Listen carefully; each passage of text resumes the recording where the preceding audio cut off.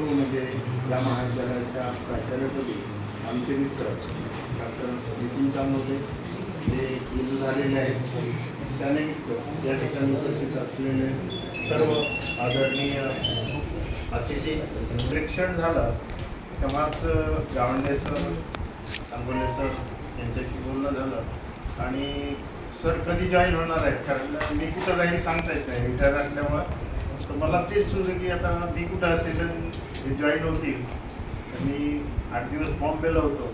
परवाच भरत जाधव सरांचा फोन आला, सर कुठं आहे? सर मी इथंच आहे, सर जॉईन होणार आहे. तर मी या कार्यक्रमाला हजर आहे. चांगोले सर, आम्ही ढाले सर, इतिहासाचा एक वेगळा आयाम विद्यापीठामध्ये आहे. म्हणजे देशमुख सर जे होते त्यांनी जो एक मेळ घालून दिलेला आहे, त्यामधून इतिहास हा एक विषय विद्यापीठामध्ये वेगळा आहे आणि इतिहासाचा एक ग्रुप आहे आणि त्या ग्रुपमध्ये पूर्ण विद्याभीषण पुढे ज्या लोकांनी चालवलं त्याच्यामध्ये नितीन चांगोले यांचं फार मोठं योगदान आहे. ढाले सरांनी सांगितलं, आम्ही फोन केला की कुठे आहे, काय होतं, बस स्टँडला आहे की लगेच घ्यायला आणि सगळी व्यवस्था करायला अमरावतीमध्ये चांगोले सर होते.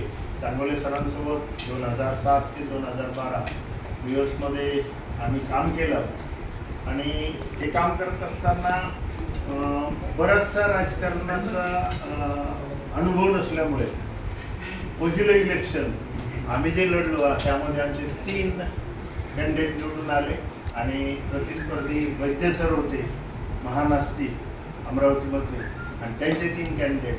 अशा याच्यात आम्ही शेवटपर्यंत लढत राहिलो आणि वैद्य सरांनी मान्य केलं की तुम्ही आमच्यापेक्षा अनुभव लहान असतानाही तुम्ही आम्हाला चांगली टक्कर दिली आणि 5 वर्ष आम्ही चांगल्या प्रकारे काम केलं. आणि एक जीवलग मित्र जे याच्या अगोदरचे प्राचार्य तेही आमचे मित्रच. प्रत्येकाने तुलना करून विचारलं, आता सगळेच आमचे मित्र आहेत. पहिले प्राचार्य हे प्राचार्यामध्ये प्रत्येकाने इथं उत्सुकता होती.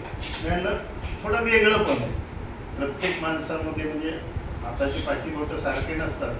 त्यामध्ये तुम्ही गावंडे सरला ओळखतात, मग सगळेच गावंडे सरला ओळखतात. तुला गावंडे सरला बाजूला ठेवायचं आणि चांगोले सरांना बघायचं, अशा प्रकारचे व्यक्तिमत्व दोन्ही आहेत आणि त्या आनंदाची गोष्ट आहे. विशेषतः या जिजाऊच्या माहेर घरामध्ये इतिहासाचे 3 प्राचार्य होणे साधी गोष्ट नाही आणि हा एक मोठा इतिहास या जिजामाता कॉलेजचा लिहिल्या जाईल तेव्हा यांची नावं या इतिहासाच्या प्राध्यापकाची नावं असतील हे मी गर्वाने सांगू शकतो. आमचे दुसरे मित्र सुभाष